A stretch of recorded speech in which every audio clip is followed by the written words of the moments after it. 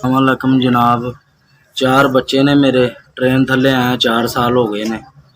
बहुत मजबूर हाँ, कारोबार है कोई कारोबार नहीं मेरा, मैं मजबूर हाँ। बीवी मेरी किसी के घर काम करती है।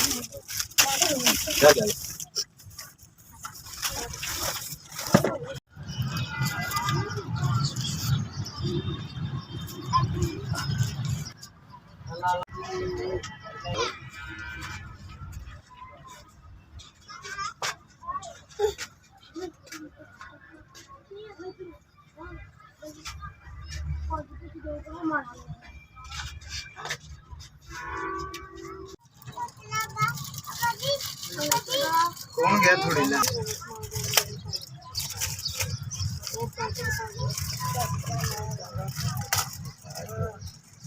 SVS ਤੁਸੀਂ ਦੁਕਾਨ ਸਾਨੂੰ ਕਰਾ ਕੇ ਦਿੱਤੀ ਹੈ, ਮਿਹਰਬਾਨੀ ਤੁਹਾਡੀ।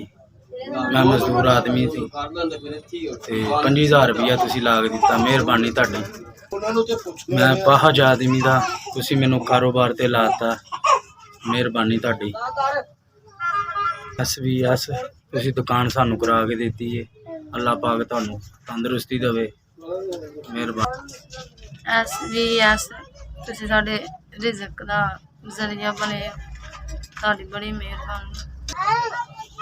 50,000 ला के सानू काम करा देता, तुहाडी बड़ी मेहरबानी।